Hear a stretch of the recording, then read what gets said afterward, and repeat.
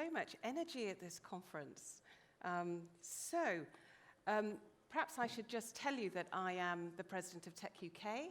I sit on a number of different boards, but what that does is it gives me a broad view across the technology industry in this country. And it is my job every day to wake up in the morning and poke the government in the eye to create great conditions for this industry to thrive.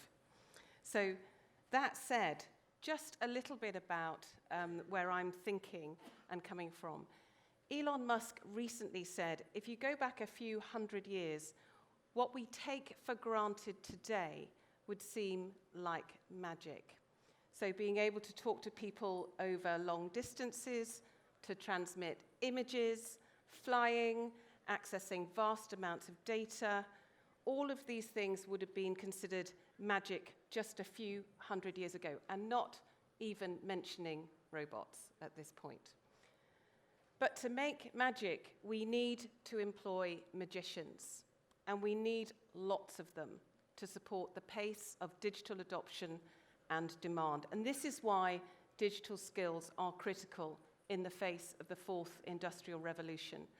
I don't know if you've heard a recent podcast by the Israeli historian Yuval Noah Harari, who said, if you think that the fourth industrial revolution is going to hit us and then stabilize and then life will go back to normal, think again, because it's going to come and come and come in terms of pace and change and innovation.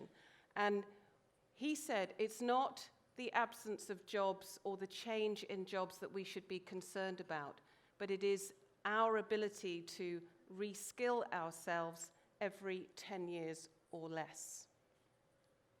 And that's where we find ourselves, scouting for talent and turning to the wider diversity and inclusion landscape so that we can change the narrative. As we face into unhelpful headlines about robots taking jobs, we must focus on the importance of diversity and inclusion, especially in the area of robotic process automation, and how we can leverage it to support the talent pool. We really are seeing positive change on inclusion. When I look back over my 30-year career in the software industry, I entered a world that was so male-dominated that in 1999 I was told, Jacqueline, you didn't get the job because we simply don't put women on the leadership team. Life is a little bit different now.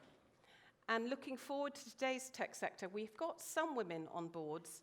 We lack equal representation of women and minority groups across all levels of seniority, which is why we must still press for progress in our tech industry. There is a shortage of talent, and we are creating more jobs than we can fill. And by 2020, we are likely to have close to 1 million unfilled roles in this sector.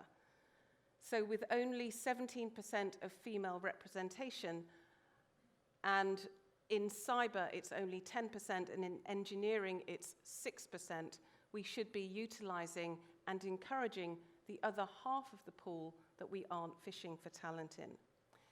Similarly, in tech, it's not just about gender, it's about inclusion of all kinds. We know that, for example, in cyber, people on the Asperger's and autism scale are very, very effective in creating cyber defenses. But we need to think about how much technology we are creating, how many jobs we have yet to fill, how small the talent pool is. And I was talking to a young data scientist called Dr. Lara Suzuki the other day, and we were talking about ethics and how fast we're creating technology and how on earth are we going to regulate that. And she said the only way to be able to ethically regulate the amount of technology that we are creating is to have diverse voices around the table. Because if everyone's voice is around the table, they will create tech that works for everyone, which I think is a really interesting idea. It's a known fact that diversity breeds innovation. It's business critical. It's particularly important in the areas of robotics, where those affected most disproportionately by robotics and automation are affected. So according to Appian, by 2020, 90% of large and mid-sized organizations will have at least one process supported by RPA. And when we look at these sorts of processes, we need to be aware of how certain groups will be more affected than others. And it is suggested that women, for example, will be disproportionately affected because women often hold jobs in retail and hospitality, and these are the most easily automated. For example, 73% of cashiers in shops are women, and 97% of cashiers are expected to lose those jobs. So we must do more to work with those communities to reskill and make sure that they all benefit from automation. And as tech evolves, we are more frequently seeing robotics becoming intertwined with technologies like AI to create a blended service.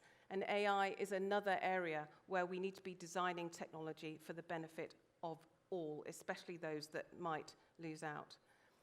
I do have just an issue on narrative, which is we tend to call our technology male and female names. I don't know if you've noticed that, but you know, Amazon's Alexa, you're more likely to ask Alexa to play a song, but you're more likely to ask IBM's Watson to pull some data for you. Just saying. I think there is something in the narrative that could change. Change the narrative, you change the world.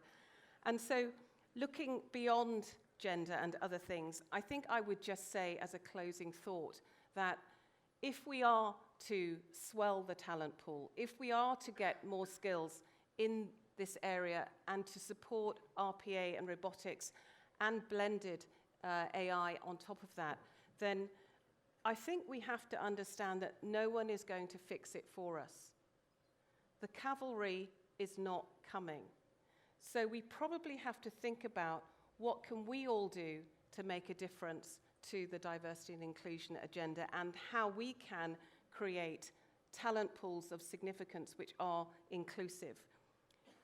I believe that we should be looking outwards, not inwards, and I guess my action to the audience will be, are you a bystander or a participant in the change that we need to have coming in the future?